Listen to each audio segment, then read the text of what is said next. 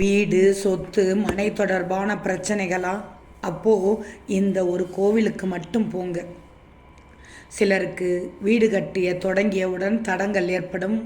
சிலருக்கு நிலத்தை வாங்கி வைத்து பின்னர் பல்வேறு காரணங்களால் வீடு கட்ட முடியாமல் போய்விடும். இந்த தடைகளை நீக்கி சொந்த வீடு கட்ட, வீடு கட்டுவதில் உள்ள பிரச்சனைகளை தீர்க்க ஒரு பிரசித்தி பெற்ற தலம் திருச்சி மணச்சநல்லூர் பூமிநாதர் ஆலயம். இந்த ஆலயம் பூமி தொடர்பான தோஷங்களை நீக்கி பக்தர்களுக்கு அருள்பாலிக்கும் பரிகார தலமாக விளங்குகிறது. இறைவன் பூமிநாத சுவாமியாகவும் அம்மன் அறம் வளர்த்த நாயகியாகவும் வணங்கப்படுகின்றனர். இந்த கோவில் திருச்சியிலிருந்து சுமார் 15 கிலோமீட்டர் தொலைவில் திருச்சி துறையூர் சாலையில் அமைந்துள்ளது. இந்த ஊர் அரிசி அரவை ஆலைகளுக்கு மட்டுமல்லாமல் கொள்ளிடம் ஆற்றின் அருகே அமைந்துள்ளதால் வளமான விவசாய பகுதிகளுக்கும் பெயர் பெற்றதாக உள்ளது. ஆலயம் சாலையோரத்தில் அமைந்திருப்பதால் பயணிகளுக்கு எளிதில் அணுகக்கூடியதாக உள்ளது.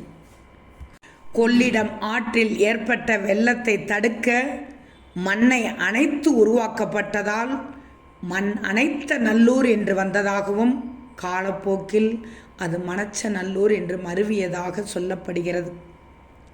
அகத்திய மாமுனிவர் தனது நூலில் இத்தல இறைவன் 16 வகையான தோஷங்களை நீக்கி பக்தர்களுக்கு அருள் பாலிப்பார் என்று சொல்லியுள்ளார். 3 நிலைகளை கொண்ட ராஜகோபுரத்தை தாண்டி உள்ளே சென்றால் இந்த ஆலயத்தில் கொடிமரம், விநாயகர், நந்தி இருக்கிறார்கள். கொடிமரம், பலிபீடம், நவகிரக சன்னதிகள் மகா மண்டபத்தில் இருக்கிறது. நவகிரகங்கள் சூரியனை மையமாக கொண்டு அமைந்திருப்பது இத்திருத்தலத்தின் தனித்தன்மை. கருவறையில் இறைவன் பூமிநாத சுவாமி லிங்க வடிவில் கீழ்த்திசை நோக்கி காட்சி தருகிறார். பூமி தோஷங்களை நீக்குவதற்கு முக்கிய பங்கு. சிறப்பாக முக்கியமாக பக்தர்கள் தங்கள் வீடு அல்லது மனையின் வடகிழக்கு மூலையில் 3 பிடி மண்ணை எடுத்து மஞ்சள் துணியில் கட்டி ஆலயத்திற்கு கொண்டு வருகிறார்கள். இந்த மண்ணை பூக்கள், பழங்கள், மாலையோடு அர்ச்சனை தட்டில் வைத்து இறைவனுக்கு அர்ப்பணிக்கிறார்கள். பின்னர் பக்தர்கள் கோயிலை 3 முறை சுற்றி வருகிறார்கள். இங்கு வழிபடுபவர்கள் மனதில் அமைதியும் வாழ்க்கையில் நலன்களும் பெறுவார்கள் என்பது மக்களின் உறுதியான நம்பிக்கை. சொந்த வீடு கட்ட வேண்டும் அல்லது வீடு கட்டுவதில் தடங்கள் இருப்பவர்கள் ஒரு முறையாவது இந்த கோவிலுக்கு சென்று இறைவனை வழிபட்டு வாருங்கள்.